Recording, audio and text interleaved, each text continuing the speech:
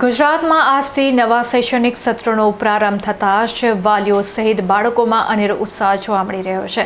ત્યારે શાળાનું પ્રાંગણ બાળકોના કિલકિલાટથી ગુંજી ઉઠ્યું હતું। શિક્ષણ વિભાગના જાહેરનામા અનુસાર આજથી તમામ પ્રાથમિક અને માધ્યમિક શાળાઓમાં શૈક્ષણિક કાર્યનો વિધિવત પ્રારંભ થઈ ગયો છે। શાળાના પ્રથમ દિવસે વિદ્યાર્થીઓમાં એક અનોખો ઉત્સાહ અને ચહેરા પર અનેરું સ્મિત જોવા મળ્યું હતું।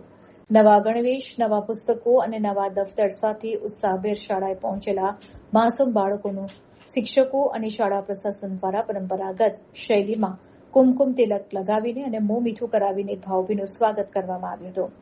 શાળાઓમાં પ્રથમ દિવસે માત્ર ઔપચારિક શિક્ષણને બદલે બાળકોને શાળાના વાતાવરણ સાથે અનુકૂળ કરવા માટે પ્રેરણાત્મક વાતો કરવામાં આવી હતી। શિક્ષકોએ તમામ વિદ્યાર્થીઓને આવકારી તેમને નવા શૈક્ષણિક વર્ષ દરમિયાન ઉત્કૃષ્ટ પ્રદર્શન કરવા અને જીવનમાં આગળ વધવા માટે હાર્દિક શુભકામનાઓ પાઠવી હતી।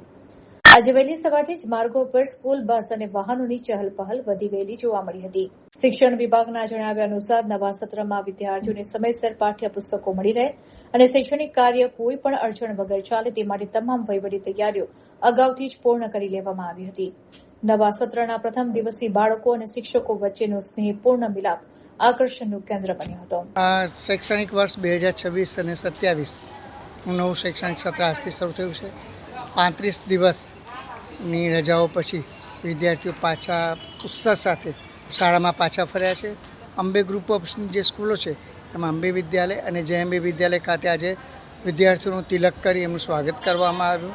તેમજ વિદ્યાર્થીઓને આજે ઉષ્માભેર એમનું સ્વાગત કરતા વિદ્યાર્થીઓ ખૂબ જ ઉલ્લાસ સાથે શાળામાં પ્રવેશ મેળવે છે।